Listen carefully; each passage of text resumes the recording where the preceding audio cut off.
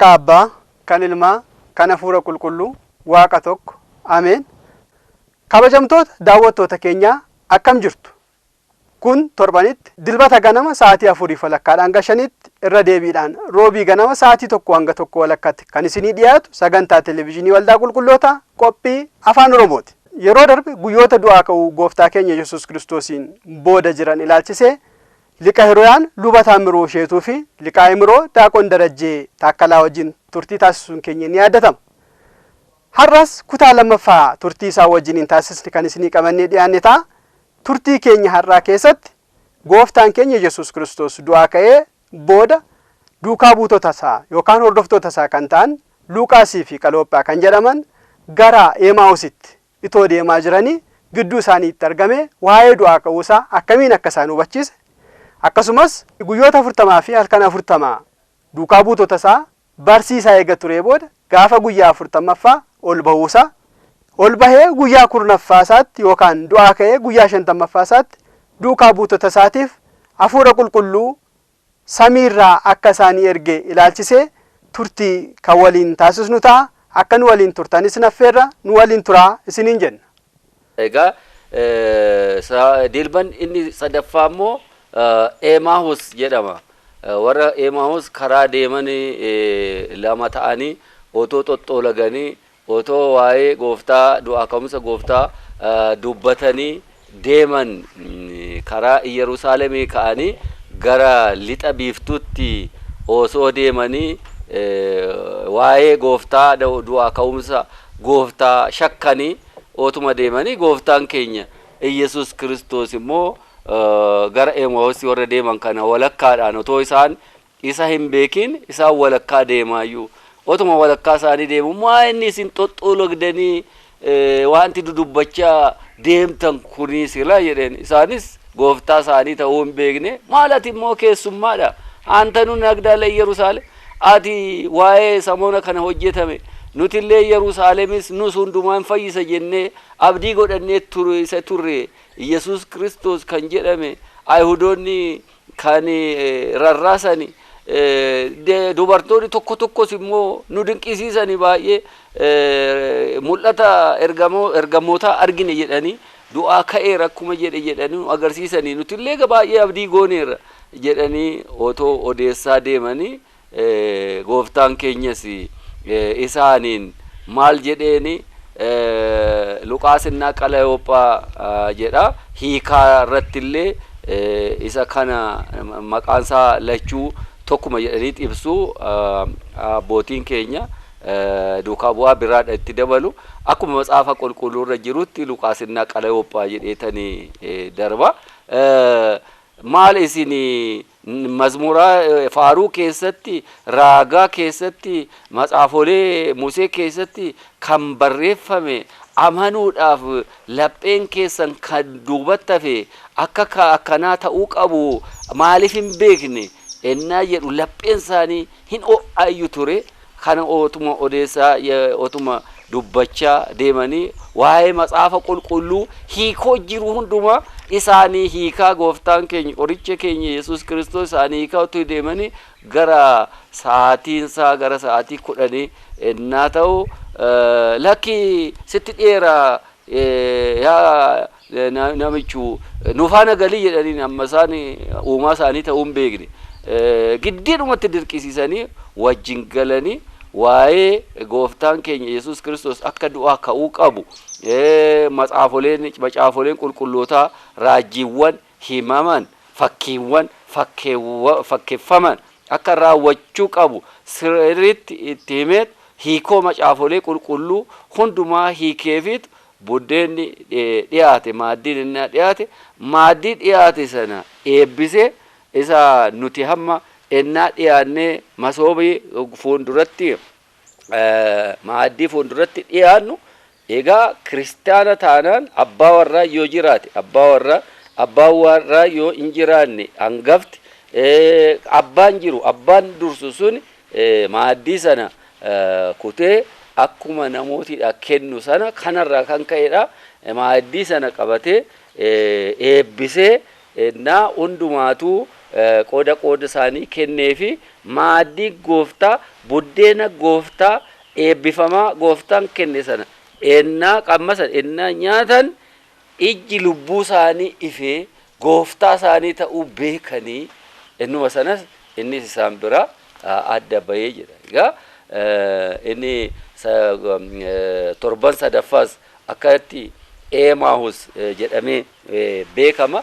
Nutis har'a otoo cubbuu keenya himannee ofirraa qanoonaa nutti kennamullee raawwannee tsoomnee sagannee kan wallolle araaramnee kan liqeeffannellee deebisnee buddeen araaraa samiidhaa bu'e isa laphee namaa ija lubbuu namaa ibsu kana nyaanne akkanumatti icciitiin mootummaa Waaqayyoo nuu ifa jechaa agarsiisa. Kanadha gadi fageenyaan kan kana fakkaatu hayyooleen mana amantaa Ortodoksii Tawaahidoo barsiisu. Itti aanes akkanuma ergat Paraaqiliixoos jedhama. Waa'ee ergat ennaa jennu guyyaa 40 gubbaarratti gooftaan keenya Yesuus Kiristoos fooniin akkuma dhufee giiftii keenya durbee maaramirraa dhalatee nama ta'ee nuun immoo nama nu taasise. Nuun nama taasisuudhaaf nama ta'ee nama nu taasise ofitti nu dabalee waaqummaa dura Addaam kajeele sana kenneefi Addaam nu keessaallee akka tokko ta'e jedhee seera Museen barreesse seera uumamaa 3:21 irratti raajiin Museedhaan himame sun akkuma raawwatametti nama ta'e foon uffate sanaan asii olee gara Waaqayyootti asii olee ba'uusaa asii olee ba'ee guyyaa 10ffaa irratti immoo Paraaqiliixoos hafuura qulqulluu kennuusaas kanas in ilaalla wayita ta'eef osoo innooshii aseessa gootanii maal isin fakkaata liqaa Emeroo? Gara samiitti gooftaan keenya ol ba'uusaa waliin wal qabatee egaa akkuma duraan kaasaa turre gooftaan keenya Yesuus Kiristoos edda du'a moohee ka'ee guyyaa 40 lafa kanarra ture. Guyyaa 40 lafa kanarra kan inni ture wantoota tokko wantoota hojjetamuu qaban hojjechaa, wantoota ta'uu qaban taasisaa, seera kakuu haaraa hojjechaa, bulchiinsa mana amantaa ijaaraa, haala sirna waaqeffannaa, waa'ee dhufaatii yookaan immoo hafuurri qulqulluu gara biyya lafaa kanatti dhufu ufiisaa gara samiitti ba'ee mirga abbaasaa taa'u.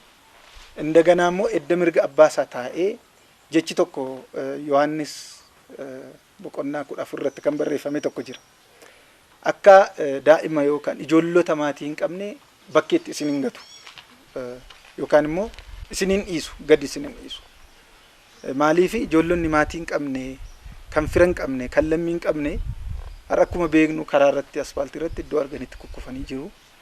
Abbaan qabanii, firan qabanii, lammiin qabanii abbuma fe'etu isaan kabalaa, isaan rukuchaa gara fedha mataa isaatti isaan oofu.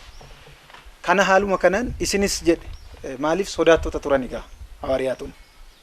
Akkuma duraan kaasne sodaattota yeroo jennu cimina hin qaban fooniin malee hafuuraan hin bishaan. Hammamuu gooftaa Yesuus Kiristoos faana jiraatanuu malee, hammamuu harka isaarraa haa nyaatan, sarraa haa dhuganuu malee keessa isaaniitti bishina hin qaban. Sababa kanaatiif hin sodaatu. Kanaaf amma maal jedhe gooftaan? Otoo gara asii olee samiitti hin ba'in dura waan biraa hojjechaa ture. Maal hojjechaa ture? Sirna bulchiinsa mana amantaa, sirna ijaarsa kakuu haaraa, haala kamiitiin fuulduratti deemuu akka danda'amu macaafa kidaan waa'ee akka kanaa har'a kitaabolee baay'ee kitaabni gooftaan keenya namoonni kitaaba qulqulluu irratti namoota gaaffii qaban keessaa warreen amantaa biraa maal jedhu gooftaa Yesuus Kiristoos barumsa inni barsiise isa dura kan inni barsiise hundatu kitaaba qulqulluu kitaaba 66 keessatti caqafameera. Gooftaan keenya Yesuus Kiristoos du'a moohee edda ka'ee asitti wanta inni hojjechaa ture tokko lamaaniin funaanamee macaafa kidaan kan jedhamu kitaabolee jiran keessa isa tokko kan ta'e mana amantaa keessatti kan ittiin tajaajilamnu hojii gochaa gooftaan keenya gochaa turee fi hojii inni raawwachaa ture biyya lafa kana hamma bultii 40 isaan wajjin ture sana keessatti wantoota hojjechaa ture tokko lamaaniin funaaname kan irratti barreeffamee jirullee kitaaba isa kana. Kanaaf seerota tokko tokko kan hin hojjetamne kan jallatee jiru soroorsaa kan badee jiru walitti fidaa wantoota akka kana hojjechaa hanga bultii 40tti edda ture booda 40 booda gooftaan keenya Yesuus Kiristoos hawaariyaatota yookaan duukaa buutota isaa waliin wajjiniin otoo isaansa ilaalaa jiranii barsiisee hubachiisee waa tokko dubbate isaaniin walitti qabe. Kanaa booda hojii biyya lafaa kanarra jiru hunda xumureera. Gara abbaa kootti gara mirga abbaa kootti nan deema. Iddoo sana deemeen jedhe isin deemuusa qofa miti. Isiniif bakkan qopheessa.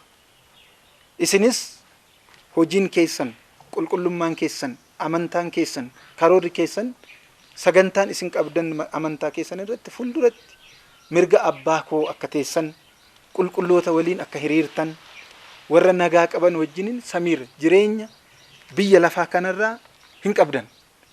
Hojiin keessan inni lafarra kana jiru kan kontiraataati. Isa kana xumurtanii gara samiitti baatu isinis. Kanaaf ani immoo isin durseen iddoo sana deema.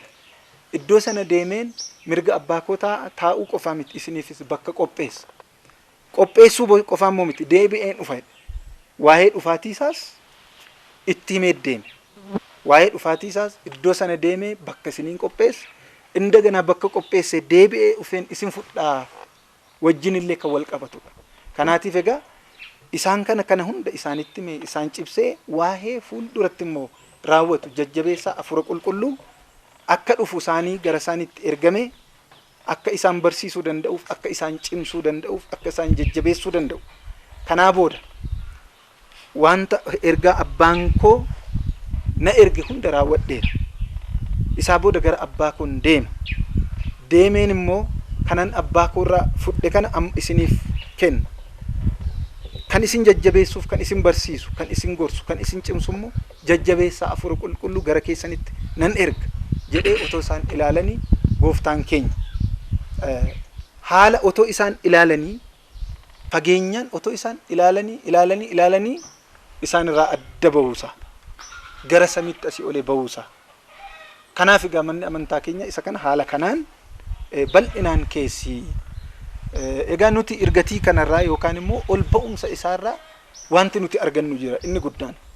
Maal akka nuti argannu ol ba'uu gooftaatiin yookaan immoo ergatii isaatiin tokkoffaa inni ol haa ba'uyyuu malee jajjabeessa hafuurri qulqulluu dhufeera gara keenyatti sababa inni ol ba'een. Yesuus Kiristoos kan nu faana ture fooniin haa ta'u malee hojii hafuuraa humna waaqummaa isaatiin hojjechaa fooniin immoo kan hojjetamuu danda'u hunda hojjechaa ture. Warreen kaleessa fooniin yeroo inni isaan wajjiniin ture isaan barsiisaa ture harka isaarra osoo nyaatanii dhuganii isa amanuu hin dandeenye edda gooftaa Yesuus Kiristoos asii olee bahee edda jajjabeessa hafuura qulqulluu gadi ergellee kan amanan jiru. Sababa kanaatiin hojii ergatiin yookaan immoo ol ba'umsi kun keessumaa unuuf bu'aa nuti irraa argannu abdiin kiristaanota mara abdiin keenya jireenya biyya lafaa kana hin qabnu. Lafa kanarra kan nuti qabnu yeroo muraasa kontiraata isa xumurre yoo xumuran samiitti iddoo abbaan keenya otoo nuti ilaallu akka otoo hawaariyaantonni ilaalanii asii olee haala ajaa'iba ta'eetiin asii olee yeroo inni bahu yeroo ilaalaa faana deeman ijji namoota hundaa ijji amantoota hundaa ija duukaa buutotaa qofam ijji amantootaa ijji hordoftoota amantaa hundaa mara iddoo sana. Maaliif iddoo otoo nuti ilaallu ummata keenya saba keenya bakka bu'anii hawaariyaatonni yookaan immoo duukaa buutonni warreen addunyaa lafaa kana wangeelaan mi'eessan haala isaan nu barsiisan irraan kaanee otoo isaan ilaalanii ija isaanii jala otoo hin dhokatiin otuma ilaalanii ol bahe. Isaa booda kan isaan abdii godhachaa turan hundi isaanii nan deemeen bakka isinii qopheessaa ufeen immoo ol isin fudhaa. Isa kana abdii godhannee jirra amma nuti. Lammaffaa dhufuusaas kan nuti itti aman asii olee bahuusaas kan nuti aman hojii inni hojjetee asii olee deemeenidha. Kanaaf isa kana faana kana fakkaata dabalataan irratti mee yaada hafee irratti dabaltanii gara Phiraaqilxoosii yookaan guyyaa 50ffaa yookaan immoo bu'aatii hafuura qulqulluutti ceetanii barumsa keenya goolamnaa jechuudha. Waaqayyo sagalee jireenyaa hundumaa dhageessisu waa'ee olii asii olee ba'uu ergat jedhamu gooftaa keenya sirriitti fageenyaan ibsaniiru. ሊቃውንቶኒ ምን አመንታስ የቃል እርገት በማህፀን የስጋ እርገት በአርባ ቀን ጀዱ ማል ይቻላ አመጋ ኩን ከነገርሲሱ ወልሲማ ዮኪን ተዋሂዶ አገርሲሳ ይቻ ጎፍታን ኬኛ ኢየሱስ ክርስቶስ ዮኪን በሞ ዋቁማን ኢዶ ሂንጅሩ ዋቅኒ ቡኤ እና ጀኑ ማጀቻ ኬኛ ዋቅኒ ሞሲ ኦሌ ኤጋ ዋቀተ ኢየሱስ ክርስቶስ ilmi waaqa ta'uusaa in amanna in beekna maqaa isaatiin jiraanna maqaa isaatiin cuuphamna kanaafu waaqa taanaan immoo waaqni amalli waaqayyoo mirgan qabu bitaan qabu fuunduran qabu eessan qabu mirga waaqayyoo taa'e jechuun keenya humna jechaadha aangoo jechaadha eenyummaa isaa amala isaa jechaadha isa dura dhabe san argate no akkana jechaa miti duras nama ta'e naa jennu bu'e naa jennu waaqni nama ta'e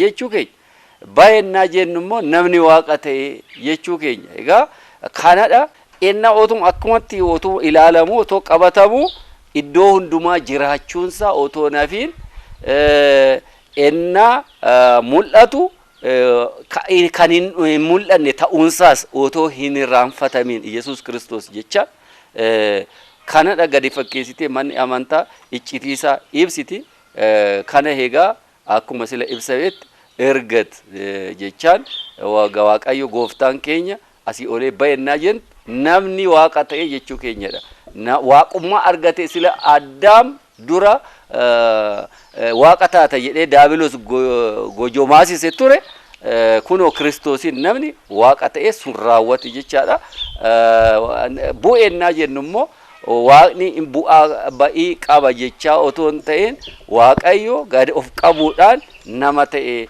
namummaan teetenna isa jedhamuun raawwatame jechuu ni agarsiisa.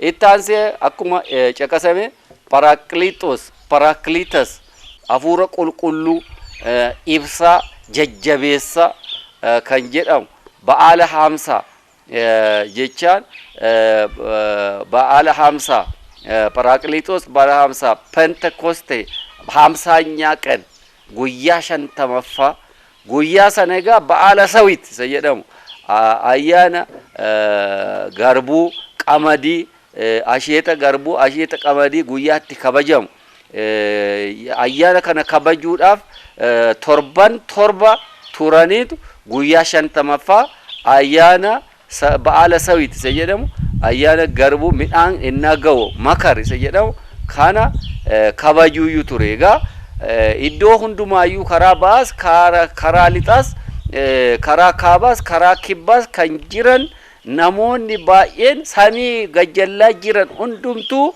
biyya Jerusalem jedhamutti biyya qulqulluttiitti saabsaabamanii ayyaana kana otoo kabajanii hawaariyaatoonnis 120 gaaf sana achuma keessa jiru giiftiin keenya durbee maaramiitis achi ayyaana kana gubbaarra ni jirti Tsiraasiyoon iddoo mana jedhamutti sassaabamanii otoo waaqayyoon kadhatanii otoo rabbiin kadhatanii tokko ta'anii otoo waaqeffatanii qooqa isaanii kaasanii harka isaanii bal'isanii asii olee yaaddoo waaqayyootiin fudhatamanii osoo jiranii hafuurri qulqulluu guyyaa shantamaffaa akka arraba ibiddaa kan kukkutame isaan irra bule isaan irratti mul'ate isaan irratti argame hafuurri qulqulluu bu'e kunis immoo ogummaa adda addaa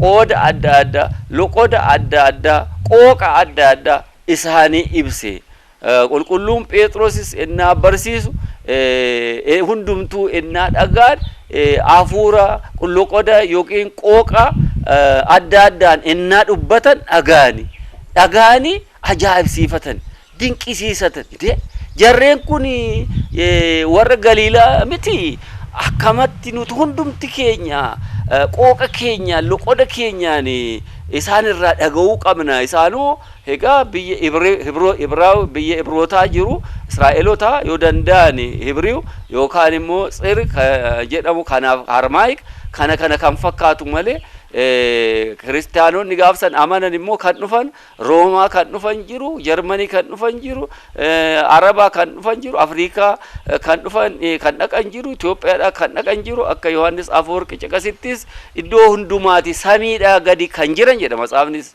namoonni hundumtuu sassaabanamanii iddoo sanatti Hafuurri Qulqulluu bu'ee arraba ibiddaa fakkaatee jedha. Innaa guyyaa sana hin dhaggeeffate egaa qooqa 72 eeyyamee fi kennee fi Hafuurri Qulqulluu isa lissaan jedhamu sana lissaan jechuun egaa qooqa jechuudha. Qooqa jechuun immoo kan ittiin walii galan yoo walii galan alaa galu jedha Oromoon kan ittiin walii galan jechaadha. Kun immoo maaliif kaayyoonsa matsaafa qulqulluu namoonni amantoonni dhagaan hundumtuu ahzaabonni dhagaan hundumtuu dhagaanii waan dhagaan sana laphee isaaniitti fudhatanii itti aman kanaafuu dhagaamuu qaba jechaadha. Dhagaaniitu dhaga'uu isaanii immoo qabatamaan maal akka itti ibsa Hawaariyaa Sira 2 gubbaarratti jarreen kun jarreen Galiilaa miti attamitti qooqa keenya isa ittiin dhalanne dubbatu akkamitti isaan irraa dhageenya himmachaani moo sila jedhee qulqulluuchi Phexros amma ganama keessa sa'a 3dha guyyaa amma kana dura maaltu dhuge jettaniitu kanas immoo akkuma Iyyu'eel 2 gubbaarratti namoota foon uffatan hundumarratti hafuura koo nan gannaqasa jedhe kanatu raawwate. Qooqni dhageessan kunis machiidhaan kan dhufe otoo hin ta'in hafuura qulqulluudhaan kan hiikamedha. Qoonni kun immoo akka ittiin kan tokko taanudha.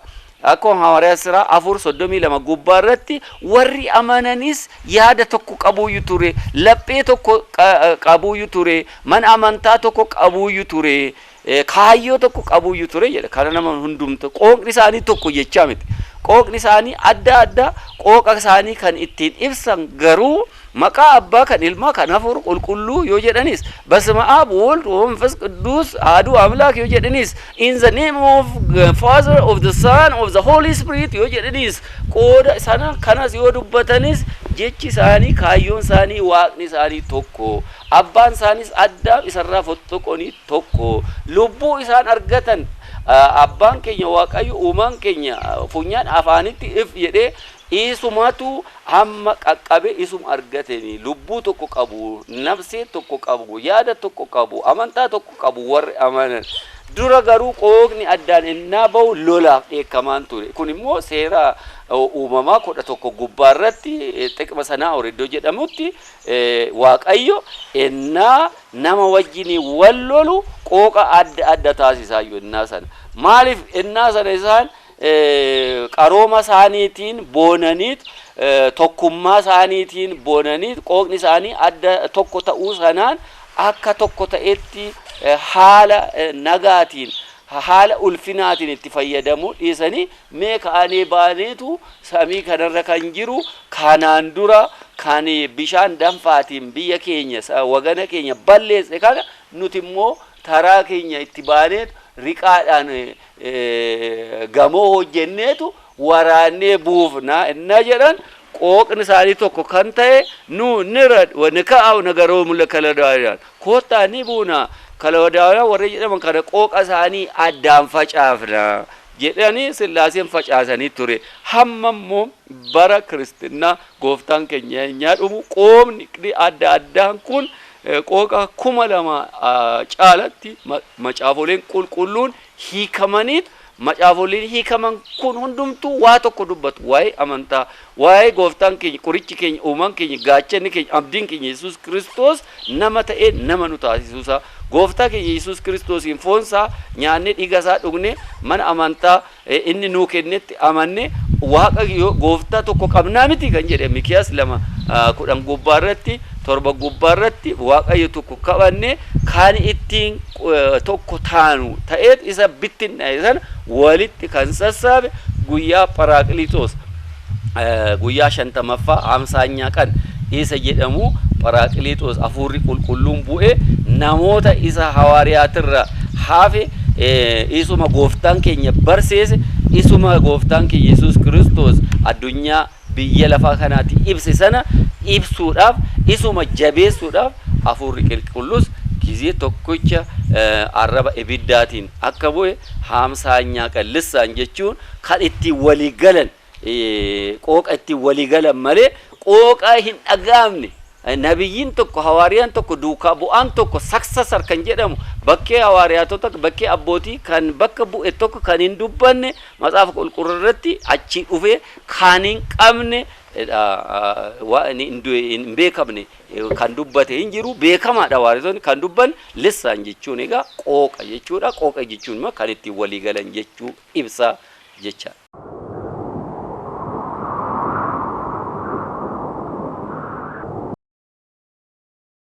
Waldaan qulqullootaa barumsa mana kiristaanaa Ortodoksii Tawaahidoo kan barsiisu agarsiisa marsaa 5ffaa caamsaa 17 hanga 22 bara 2008 galma egzibishiniitti gaggeesseera. Agarsiisa kana irratti abbootiin phaaphaasonni qaamonni mootummaa fi amantoonni argamanii ilaalaniiru. Abbootiin argamanis akkas jechuun yaada isaanii kennanii ture. Hojiin hojjetame baay'ee nama gammachiisa. Amantaa keenya mana amantaa keenyatti baay'ee baramootas waa hojii baay'eedhaan hojjetu. Kanaafuu waa baay'eedha waa baay'ee nama gammachiisa. Hojiin isin hojjettan baay'ee nama gammachiisa. Mana amantaa keenyatti baay'ee nama gammachiisa gaarii hojjettanii jedha. Garuu hojii ammas hojii baay'ee hojjetame hojii gaariitu hojjetame gara fuulduraa immoo kanuma caala hojjete bu'aa baay'ee buusan jedha. Gara fuulduraattis jabaatee too hojjetutu irra jira. Amma garuu baay'ee nama gammachiisa. Hojiin har'a hojjetame kun saamsamoon kan hojjetame kun hojii baay'ee nama gammachiisu. Waaqayyo sanaa eebbisu sanaa jiraachisu. Agarsiisa kana irratti dargaggoonni daa'immanii fi maanguddoonni barumsa guddaa argachuu isaaniis haala kanaan ibsaniiru. Maqaan koo Dabbaba jedhama. Addis Ababa Yuunivarsiitii kaampaasii 5 kiiloo irraa dhufe. Waa hedduun asirraa argadheeni mana kiristaanaa guutumatti kuma ligalaatti as keessatti argadhee jira jechuun danda'a.